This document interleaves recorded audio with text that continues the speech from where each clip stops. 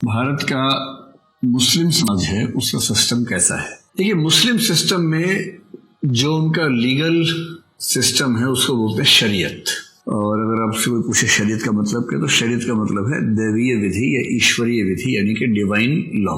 कानून के बहुत सारे प्रकारों में से एक प्रकार है डिवाइन लॉ, यानी जो कानून ईश्वर ने मनुष्य के लिए बनाया उसको बोलते हैं डिवाइन लॉ। तो हर धर्म के लोग मानते हैं कि ईश्वर ने कानून बनाए हैं, तो हर धर्म के ईश्वरीय कानून भी भिन्न भिन्न होते हैं जैसे उनके धर्म में माना जाता है। तो शरीयत का मतलब हो गया डिवाइन लॉ।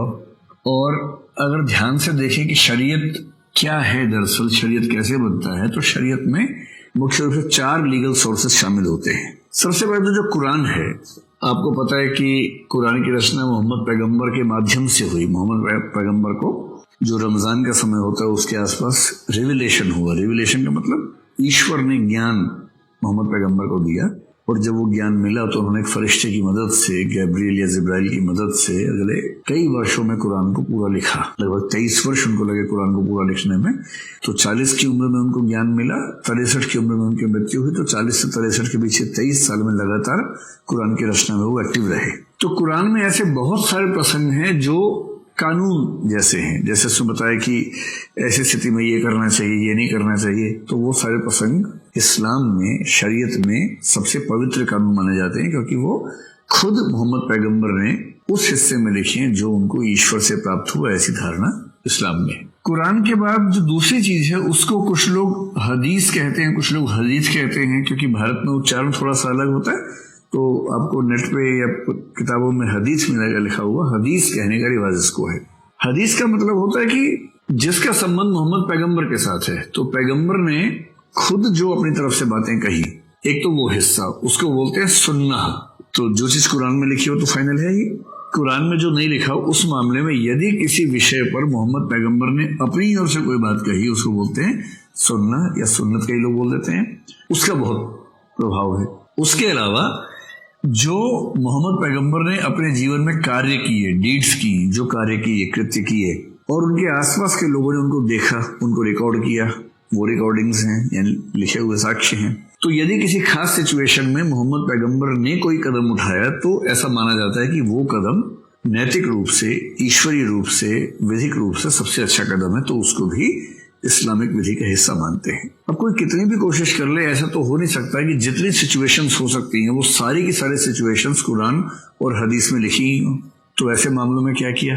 ऐसे मामलों में इस्लामिक विधि में एक शब्द चलता है कियास। कियास आपको पता है, जैसे कयास लगाना होता है ना, अनुमान करना, इन्फ्रेंस निकालना। तो कियास का मतलब ये होता है कि जिन मामलों में कुरान और हदीस में सीधे सीधे कुछ चीज मेंशन नहीं है, उन मामलों में कुछ स्कॉलर्स क्या करेंगे, जो जज होंगे, जूरिस्ट होंगे, वो क्या करेंगे, कुरान और हदीस में लिखी हुई बातों के आधार पर अनुमान करेंगे कि यदि कुरान या हदीस में वो बात लिखी होती तो किस रूप में लिखी होती। उस अनुमान के आधार पर फैसला होगा, उसे विधि मान लेंगे, कानून मान लेंगे। और जहां कियास भी उस तरह से काम न करे, चौथा और अंतिम सोर्स जो है उसको बोलते हैं इजमा।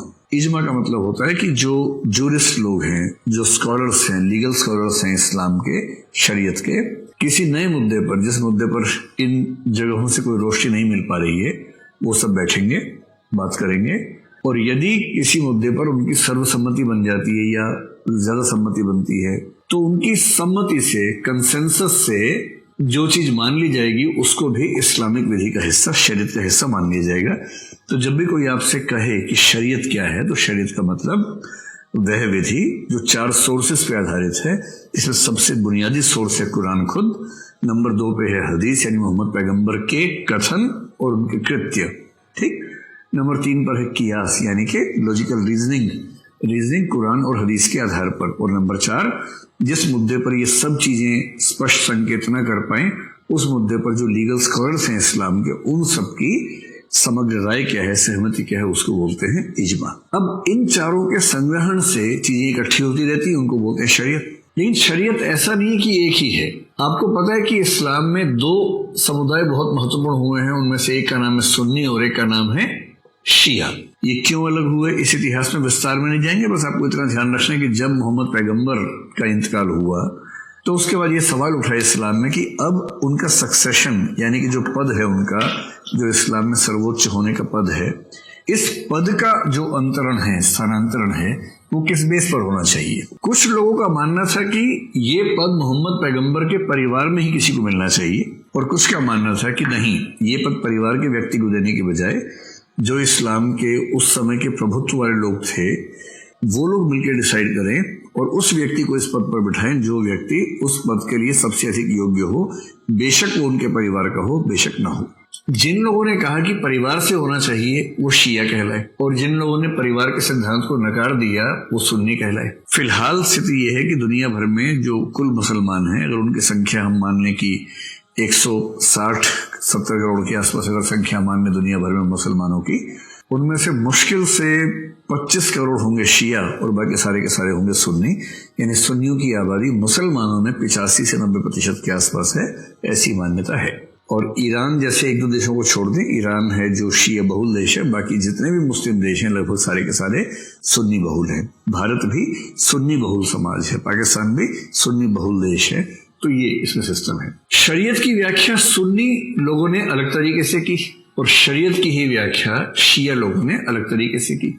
इसका ये पक्ष भी है। सुन्नी संप्रदाय थोड़ा सा कठोर है, शिया संप्रदाय थोड़ा सा लिबरल है। जिसका एक उदाहरण ये है कि 3 तलाक का जो सिस्टम है शिया लोग स्वीकार नहीं करते हैं। 3 तलाक का सिस्टम केवल सुन्नी लोग स्वीकार करते हैं, पर क्योंकि सुन्नी लोग बहुसंख्या में हैं इसलिए कुल मिला के मैसेज यही जाता है कि 3 तलाक का सिस्टम मुसलमान लोग मानते हैं।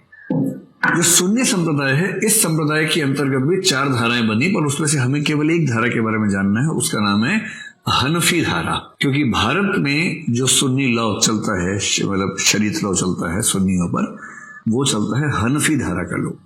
बाकी जो कानून है, एक मालिकी धारा है, एक और भी धाराएं हैं।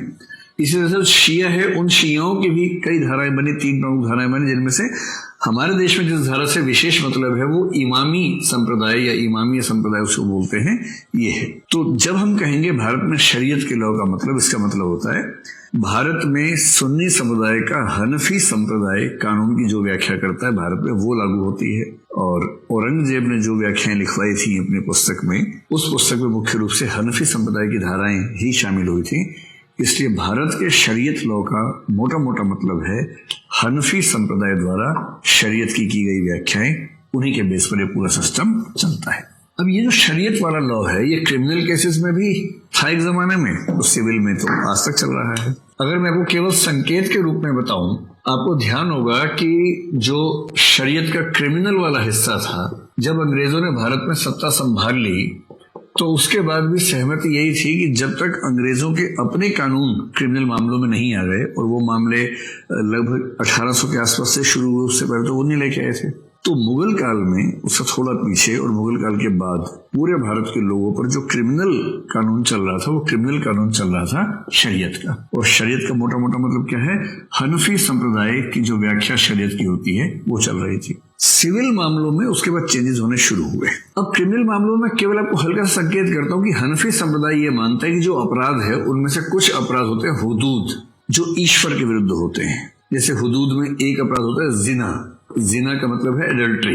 अगर कोई महिला अपने पति के अलावा किसी अन्य व्यक्ति के, पुरुष के संपर्क में आती है, इस गुनाह को बोलते हैं जिना। इसी तरह बहुत रोचक बात है कि चोरी और डकैती को, थेफ्ट को, ये लोग जो हनफी संप्रदाय के लोग हैं वो खुदा के विरुद्ध किए गए अपराधों में हुदूद में शामिल करते हैं। और यदि मैं आपको सजाएं बताऊं, हुदूद अपराधों में माफी नहीं होती है, गंभीर सजा होती है। जिना की सजा आमतौर पर होती है पत्थर मार मार के किसी की हत्या कर देना। चोरी की सजा होती है हाथ काट देना, अगर गंभीर है तो बाह काट देना, वरना हाथ काट देना। उसमें भी सुन्नी और शिया में थोड़ा अंतर है। सुन्नी में थोड़ा सा एग्रेशन ज्यादा है, अगर वो किसी मामले में बाह काट देंगे तो शिया लोग शायद हाथ काटने की बात करेंगे। तो अलग अलग तरह के अपराधों की सजाएं अलग अलग हैं, लेकिन सजाएं ऐसी हैं। और ऐसी सजाएं केवल मुसलमानों में थी ऐसा नहीं है। ये ट्राइबल बैकग्राउंड से सभी धर्म जब निकल रहे थे, उनमें से अधिकांश धर्मों ने ऐसी सजाएं रखी।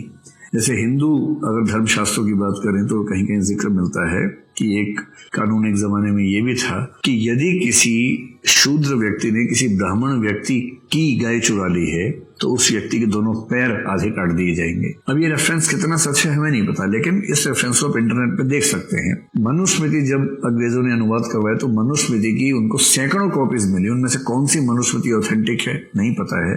तो विलियम जोन्स ने अपनी समझ से जो मनुस्मृति इंग्लिश में ट्रांसलेट करवाई उसे कई लोगों ने बेस बनाया। मैं जो कहना चाह रहा हूँ, मेरी इस क्लास का पर्पस ये बिल्कुल नहीं है कि मैं किसी धर्म के समर्थक किसी धर्म के विरोध में आपके मन में जहर भर दूं या आपके मन में ललकार पैदा कर दूं कि आप इस धर्म को खत्म कर दो या उस धर्म को बचा लो। ये सब नहीं, मैं सिर्फ इतना चाहता हूँ कि आप इन मुद्दों को ठीक से समझें और हर धर्म इवोल्यूशन के प्रोसेस में अलग अलग पॉइंट पे होता है, इस बात को समझें, बजाय ये सोचने के कि मैं किस धर्म का हूं और मुझे किस धर्म पे हमला कर देना है। ईसाई ये जो मुसलमानों का कानून है हनफी संप्रदाय का, उसमें हुदूद यानी ईश्वर के विरुद्ध जो अपराध है उनकी सजा बहुत कठोर हुआ करती थी। बाकी जो अपराध थे उन अपराधों में एक होते हैं कीसा, बोलते हैं कीसाज, ये होते हैं दो मनुष्यों के आपस के जो अपराध हैं, जैसे हिंसा हो गई। तो मैंने आपसे पिछली क्लास में कहा भी था कि उन अपराधों को सामान्यतः व्यक्ति और परिवारों के आपसी अपराध के रूप में देखते हैं। जो पीड़ित पक्ष है उसके पुरुष दूसरे एक्यूज को यानी अभियुक्त को माफ करने का अधिकार रखते हैं, ये सिस्टम वहां चलता है। और जो अपराध ना इसमें आते हैं ना उसमें आते हैं उनको वो लोग ताजिर कहते हैं। ताजिर का मतलब अन्य अपराध जो न खुदा के विरुद्ध है न दो व्यक्तियों के बीच में है, अन्य है। जैसे किसी ने मान लीजिए कि अपहरण करने का प्रयास किया किंतु सफल नहीं हो पाया, डकैती करने की कोशिश की किंतु सफल नहीं हो पाया, या किसी के खिलाफ झूठी गवाही दे दी, ये सब है जो इन दोनों की लिस्ट में शामिल नहीं है, तो उसको हम